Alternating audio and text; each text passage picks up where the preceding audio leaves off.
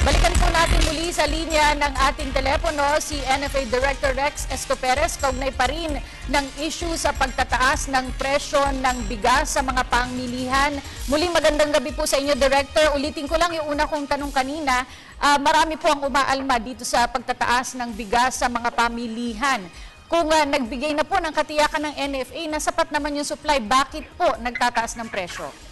Nung nag-inspect po tayo na ating mga merkado nung last week po, at nag-introduce po tayo ng ating mid price na 32 pesos. Ito po yung mid price na WMR or well-milled rice po ng National Food Authority. So aside from yung 27 pesos na binigay ng NFA, meron tayong pinasok na 32 pesos na well-milled rice. Ito po kasi yung nawala nung kasagad nung nag-umpisa tayo nung first week of July hanggang second week of July. Ito yung nawawala na presyo sa merkado dahil ito po yung makyat ng piso hanggang 2 piso po. So yan po ang tinaas po ng ating mga commercial, well-milled rice at saka premium rice. Sa ngayon naman, pumunta tayo sa ating mga merkado. Yung ating regular milled rice naman, marami po. We have an abundant supply of rice, ordinary rice, dun sa ating mga merkado. Yun nga lang po, yung ating pong premium at saka well-milled rice ng commercial ay nanatili po doon sa 34 at 35 pesos po. So, hindi po lahat ng klase ng bigas ay tumaas ang presyo. Ngunit ano po ang ginagawang hakbangin ng NFA para solusyonan pa rin itong pagtaas ng presyo dito sa dalawang klase ng bigas na inyong nabanggit, sir? Yung ating pong bigas naman ay we don't want to compete with the private sector. Yan po ay ang ating mandate po na we have to stabilize the supply at saka presyo ng bigas.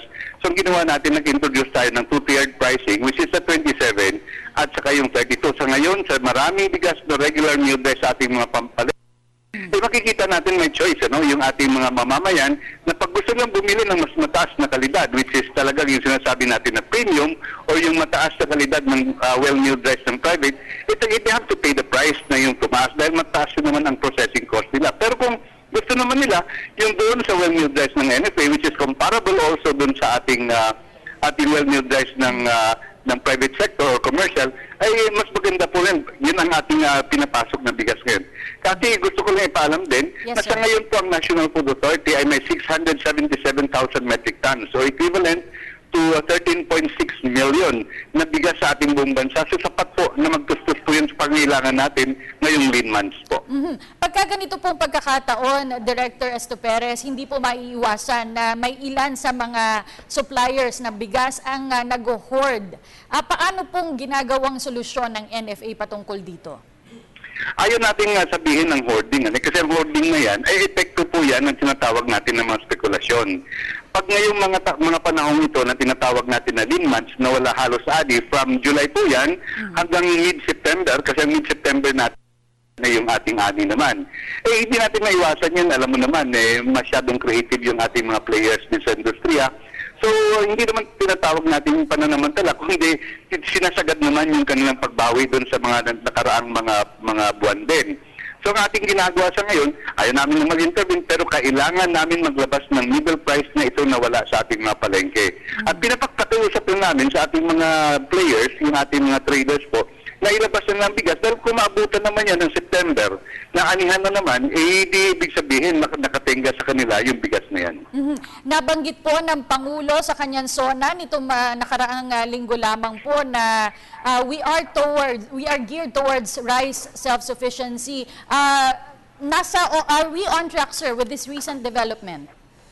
Ang sinasabi nga nating Pangulo, hindi lang naman yan ay obligasyon o responsibilidad ng ating pamahalaan. Kung hindi tayong lahat, yan ang panawagan ng ating Pangulo doon sa kanyang SONA.